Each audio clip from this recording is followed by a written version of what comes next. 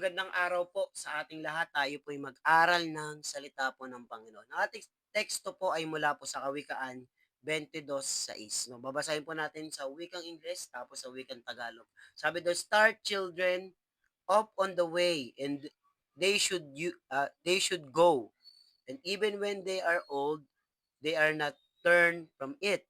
Sabi naman po sa Good News Translation, teach children how they should live and they will remember it all their life. So sabi naman po sa ah, wikang Tagalog, sabi, ituro mo sa bata ang daang dapat niyang lakaran at hanggang sa paglaki hindi niya ito malilimutan. Alam mo po ba na ang bata katulad siya ng malinis na papel 'no, na wala pang laman 'no. So, ano po yung katuruan na pwede natin pong malaman po 'no, na puwede po nating matutunan dito sa talatang ito. Unang-una makita po natin dito na kailangan po nating gawin 'no, bilang mga Kristiyano, bilang po mga, mananampalataya po ng ating Panginoon na maging good example tayo sa mga kabataan 'no, na hindi tayo makita na, gumagawa ng mali sa generation natin. Kasi puwede na lang 'yun makuha 'no, kung obserbahan mo yung panahon po natin, makikita po natin na napakarami pong mga kabataan ngayon na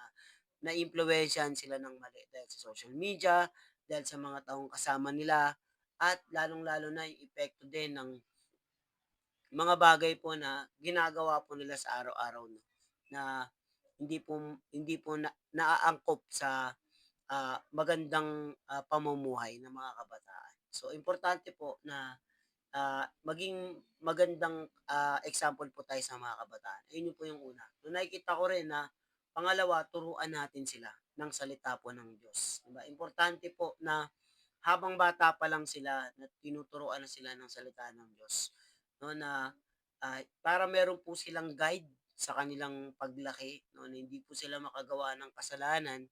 You know, meron po silang parameter kung ah, hanggang saan lang sila at kung ano yung dapat po nilang i-apply sa kanilang buhay. No, maalala nila yung mga memory verse na tinuturo sa church, yung mga kwento sa Bible na magpapaalala sa kanila at pwede sa panahon na naging makamundo sila, makakabalik pa rin sila kay Lord dahil sa pagtuturo ng salita po ng Diyos sa buhay po nila. Kaya importante po na meron po tayong, salita po ng Diyos. At sa mga parents naman po, importante din na 'no, tayo po ay unang-unang guro nila sa tahanan at unang-unang nagtuturo sa kanila ng mga biblical truth habang sila po ay bata pa. So importante 'no, na maging good example, turuan sila po ng salita po ng Diyos at pangatlo po, importante po sa lahat na ipanalangin po sila. Importante din na, bilang mga Kristiyano, bilang mananampalataya ng ating Panginoon, na importante din po na mga kabataan po ay ipanalangin po natin sa Panginoon na sila din ay, gabayan ni Lord at hindi sila talagang maging, makamundong mga kabataan kundi maglingkod din sila kay Lord. Ayun po yung pinagpi-pray po natin sila na maging maayos po yung generation 'no, na hindi corrupt generation yung maabutan po nila sa atin kundi 'no, maging maayos po na henerasyon na kilala si Lord, nagwo-worship kay Lord, naglilingkod kay Lord. Some of us become a pastor, evangelist, no, Bible teacher. Some of us become apostle. No, may magugulat ka no, magiging ganun sila sa generation nila because unang-una pa lang tinuruan na po natin sila ng salita po ng Panginoon. At maraming pong salamat sa araw na 'to.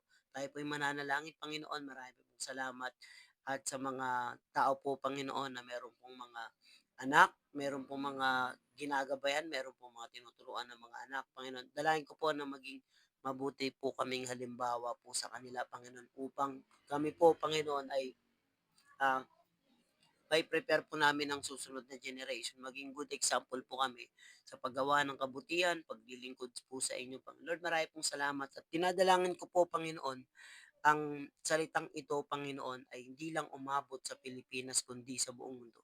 Pagalingin mo lahat ng may sakit, sa lahat po ng mga, ah, OFW, Panginoon. Dalangin po namin, Panginoon, na nawalay sa kanilang pamilya. Dalangin po namin, palagi mo po silang ingatan, gabayan, pagpalain saan man sila pumunta. Ingatan, Panginoon, sa kanilang mga employer, Panginoon. Bigyan mo po sila ng maayos na trabaho at good employer, Panginoon. At magandang kita, Panginoon, upang makatulong din sa pamilya. Pagpalain niyo po, Panginoon, ng bansang Pilipinas, Panginoon, sa korupsyon, Panginoon. No, alisin mo kami sa korupsyon at pagpalain mo po kami sa lahat po ng mga aspeto ng aming mga buhay, Panginoon. Marami pong salamat. We declare prosperous, we declare successful uh, uh, Philippines, Panginoon. Marami pong salamat, Panginoon, sa araw na ito. In Jesus' name, amen and amen. Maraming maraming po salamat sa maiksing oras po na binigay niyo po dito sa ating programa. At kung hindi ka pa nakasubscribe, just click the bell button para pag merong mga bago tayong mga video, ma-notify po kayo agad. And like, share sa mga pamilya po natin upang magdala din po ito ng pagpapala po sa kanila at kagalingan at ah, matinding paghahanda sa generation ito. Maraming po salamat. Palagi po nating sinasabi po sa ating pagtatapos na mahal tayo ng ating Panginoon. God bless everyone.